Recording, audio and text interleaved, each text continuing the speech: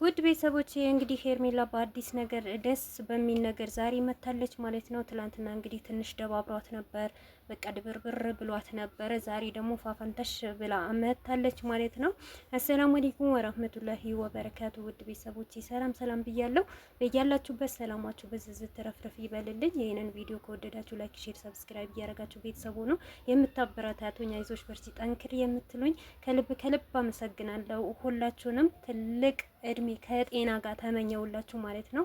ባላችሁበት ክፉ ነገር አይንካችሁ፣ ከመጥፎ ነገር ደግሞ አላህ ይጠብቃችሁ የኔ ውድ እህቶቼ ማለት ነው።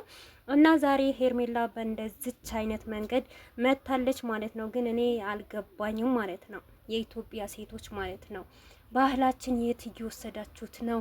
እኔ የገረመኝ ነገር ስለ ልደቷ ሳይሆን አለባበሳቸው ማለት ነው። ከትንቅ ትልሽ ማለት ነው።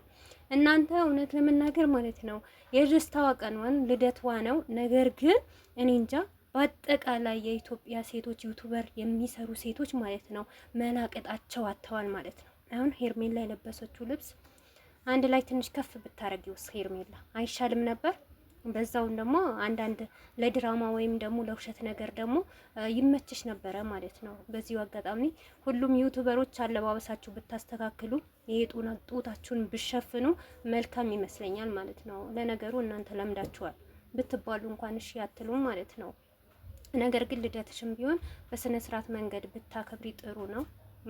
እናም ደግሞ አሁን ያለፈው እድሜሽን ደግሞ በተለያየ በመጥፎ ነገር በውሸት ምናምን እያሳለፍሽው ነበረ ሄርሜላ። በዚሁ አጋጣሚ ግን ካብርሽም ርቀሽ የራስሽን ህይወት ኑረሽ ልጆችሽን ብታሳድጊ መልካም ይመስለኛል ማለት ነው። ምክንያቱም በአዲሱ ልደትሽ አዲስ ነገር ብታመጪ ማለት ነው፣ ደስ የሚል ነገር ብታመጪ፣ እኛም ደግሞ ከአንቺ ትምህርት የምንማርበት ጥሩ ነገር ሄርሜላ እኮ እንደዚህ አይነት ትምህርት ሰጠችን የምንልበት ነገር ብታስተምርን እንደኔ በጣም ደስ ይለኛል ማለት ነው። ምክንያቱም ይሄንን ለዚህ ቀን ራሱ ለልደትሽ ቀን ላደረሰሽ እንኳን ፈጣሪሽን እስከዛሬ ዋሻችሁት፣ እስከዛሬ ድራማ ስትሰሩ፣ እስከዛሬ እኔ እንጃ አንዳንዴ እናንተ የሆነ ነገር ለማድረግ ሰውን ለመሳብ ሰውን እስከዛሬ የተጫወቷችሁበት በህይወቱ ግን አሁን በዚህ እድሜሽ አሁን በሚመጣው እድሜሽ በቃ ያለፈው ነገር አልፏል ብለሽ ለኔ መልካም ምኞቴ ነው የምመኝልሽ ማለት ነው። በዚሁ አጋጣሚ ለሄርሜላ እውነቴ ነው የምላችሁ የምታረጊበት ይሆንልሻል ብዬ አስባለሁ ማለት ነው። ነገር ግን